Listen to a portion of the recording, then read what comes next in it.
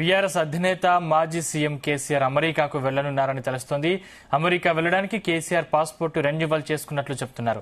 కేటీఆర్ కుమారుడు హిమాంశు అమెరికాలోనే ఉన్నత విద్యను అభ్యసిస్తున్నారు. మనువడి దగ్గర దాదాపు 2 నెలల పాటు ఉండే అవకాశం ఉందని సమాచారం. కేసీఆర్ ఇప్పటి వరకు అమెరికాకు వెళ్లలేదు. దేశంలోని అత్యంత తక్కువ విదేశీ పర్యటన చేసిన ముఖ్యమంత్రిగా నిలిచారు.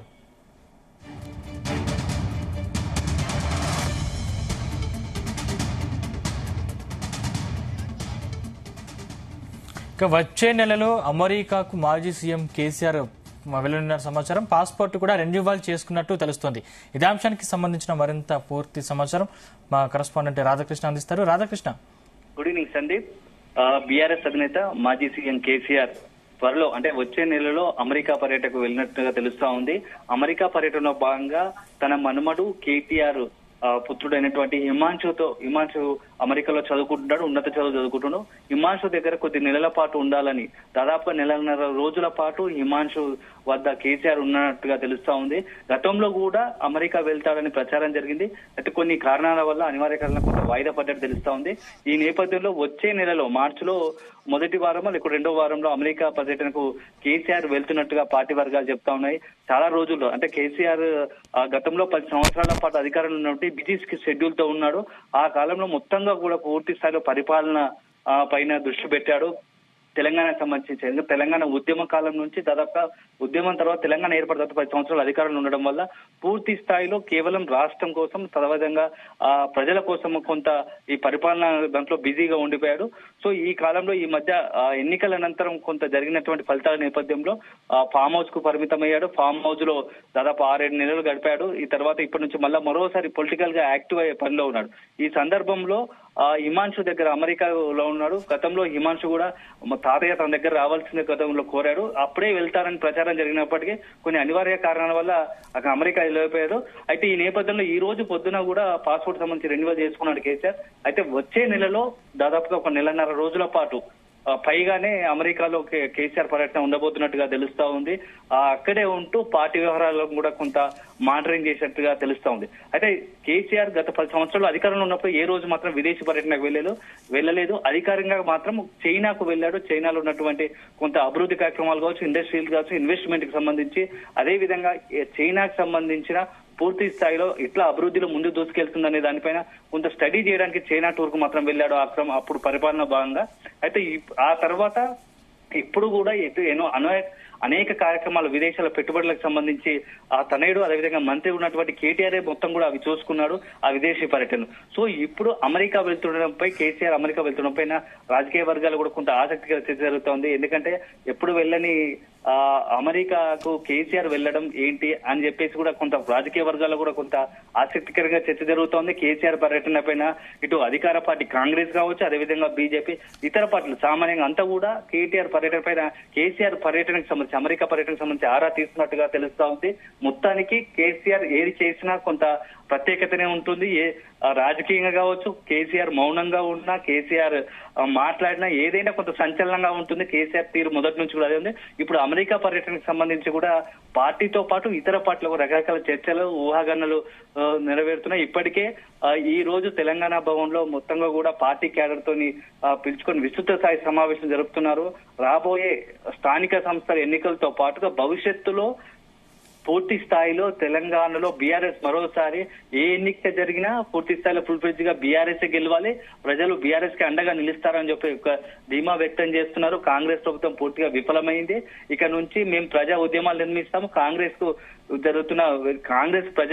ప్రజలకు వ్యతిరేకంగా తీసుకుంటున్న నిర్ణయాలను ఎండగడతామని చెప్పేసి ఇప్పటికే బీఆర్ఎస్ చెప్తోంది. ఇదే సందర్భంలో ఈ రోజు అమెరికా వెళ్లే ముందు ఒకసారి పార్టీకి సంబంధించి పూర్తి స్థాయిలో వచ్చే భవిష్యత్తులో పార్టీకి సంబంధించిన కార్యాచరణ ఎలా ఉండబోతుంది, నెక్స్ట్ మరొక ముఖ్య విషయం ఏంటంటే 25 సంవత్సరాలు పార్టీ ఆవిర్భవించి 25 సంవత్సరాలు పూర్తవుతుంది. 25 సంవత్సరాల తర్వాత పూర్తిగా సక్సెస్ సాధించాము. 20 సంవత్సరాల్లో అనుకున్న మెయిన్ గోల్ తెలంగాణ సాధించాము, తెలంగాణ అభివృద్ధిని ఒక ముందు వరుసలో నిలబెట్టాము. ఈ కార్యక్రమాలను బేస్ చేసుకొని భవిష్యత్తులో కార్యాచరణ అనేది కూడా ఒక పెద్ద భారీ బహిరంగ సభను ఏర్పాటు చేసి మొత్తంగా కూడా బీఆర్ఎస్ ఆవిర్భావ సదను సక్సెస్ చేయాలనే ఒక నిర్ణయంతో బీఆర్ఎస్ అధినేత కేసీఆర్ ఉన్నట్టు తెలుస్తుంది. దానికి సంబంధించి కూడా ఈ రోజు విస్తృత స్థాయి సమావేశంలో చర్చించి ఒక 1 నెల రోజులు ఆయన అమెరికా పర్యటన ఉండగానే దానికి సంబంధించిన కార్యాచరణ పూర్తి స్థాయిలో ఫుల్ ఫ్లెడ్జ్ గా ఆ కార్యకర్తలు కావచ్చు, నేతలకు దిశానిర్దేశం చేసి అమెరికా పర్యటనకు వెళ్లే ఆలోచన ఉన్నట్టుగా తెలుస్తోంది.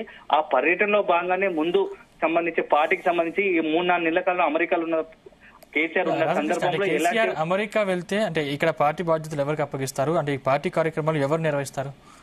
అంటే అధ్యక్షుడిగా కేసీఆర్ ఇప్పటికే ఉన్నాడు. యాక్టివ్ గా బీఆర్ఎస్ వర్కింగ్ ప్రెసిడెంట్ కేటీఆర్ సంబంధించి ఇప్పటికే పార్టీని ముందుకు తీసుకెళ్తున్నాడు. గత 6-7 నెలల కాలంలో కావచ్చు, ఎన్నికల తర్వాత కూడా పూర్తి స్థాయిలో కేటీఆర్ కొంత పార్టీని లీడ్ చేస్తున్నాడు. ఇప్పటికే ఆ రైతు ఆందోళన కావచ్చు, అదేవిధంగా లఘుచర్లకు సంబంధించిన ఇష్యూ కావచ్చు, ఏ ఇష్యూ అయినా కేటీఆర్ టేకప్ చేస్తున్నాడు.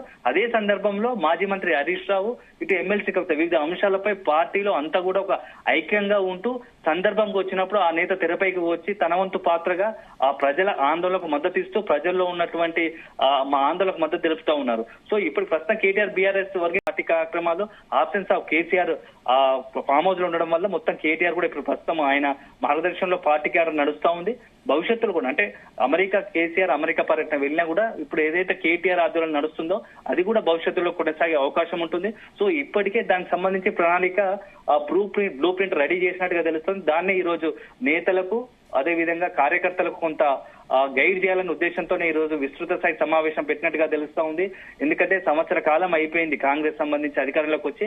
ఇక నుంచి ఆ బీఆర్ఎస్ అంటే ఏంది, కేసీఆర్ అంటే ఎలా ఉంటుంది, ఆ కేసీఆర్ అంటే ఏందో చూపిస్తా అని చెప్పేసి గతంలో పలు సందర్భాల్లో ఆ ఫామ్ హౌస్ లో తనను కలిసిన నేతలకు కావచ్చు, కార్యకర్తలకు కావచ్చు ఇంటర్నల్ గా మాట్లాడుతూ కేసీఆర్ అండి కేసీఆర్ చెప్తూ వచ్చాడు, కాంగ్రెస్ పూర్తి స్థాయిగా ఫెయిల్ అయిపోయింది, సంవత్సర కాలంలో ఇచ్చిన హామీలను ఏది నెరవేర్చలేదు, కాంగ్రెస్ పైన పూర్తి అసంతృప్తిగా ఉన్నారు జనాలు, ఇంక్లూడింగ్ ప్రజలతో కలిపితే సొంత పార్టీలోనే కాంగ్రెస్ నేతలు పార్టీ తీసుకుంటే నిర్ణయాలు కావచ్చు, హామీలకి ప్రజలకు ఇచ్చిన హామీలు నెరవేర్చడం విఫలమవుతుందని చెప్పేసి కొంత పార్టీలోనే తీవ్ర అసంతృప్తి ఉంది అని చెప్పేసి కేసీఆర్ మాట్లాడిన సందర్భాలు కూడా ఉన్నాయి. ఇవన్నీ చూసుకొని ఈ రోజు ఒక రైట్ టైము, ఇక నుంచి ఫుల్ ఫ్లెడ్జ్ గా బీఆర్ఎస్ మరింత యాక్టివ్ గా మారి స్థానిక సంస్థ ఎన్నికలను టార్గెట్ చేస్తూ స్థానిక సంస్థ ఎన్నికల్లో పూర్తి స్థాయిలో గెలవాలి. అదే సమయంలో మరొక ముఖ్య విషయం ఏంటంటే ఆ 10 ఉప ఎన్నికలు 10 స్థానాల్లో రాబోతున్నాయి. ఆ 10 స్థానాల్లో కూడా బీఆర్ఎస్ గెలవబోతుంది అని చెప్పేసి ఇప్పటికే పార్టీ క్యాడర్ కొంత సందేశం పంపించారు కేసీఆర్. ఇప్పుడు మరోసారి ఈ విస్తృత స్థాయి సమావేశంలో కూడా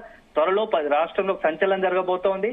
10 స్థానాలు ఉప ఎన్నికలు రాబోతున్నాయి. ఆ 10 స్థానాలు ఉప ఎన్నికలు కూడా బీఆర్ఎస్ వన్ సైడ్ గా భారీ మెజార్టీతో విజయడంగా మోగించబోతుంది. ఇది రాసి పెట్టుకోండి అని చెప్పేసి కేసీఆర్ ఇవరికి ఇంటర్నల్ గా కూడా సమావేశంలో ఈ రోజు విస్తృత స్థాయి సమావేశంలో చెప్పినట్టుగా కూడా మనకు సమాచారం అందుతా ఉంది సందీప్.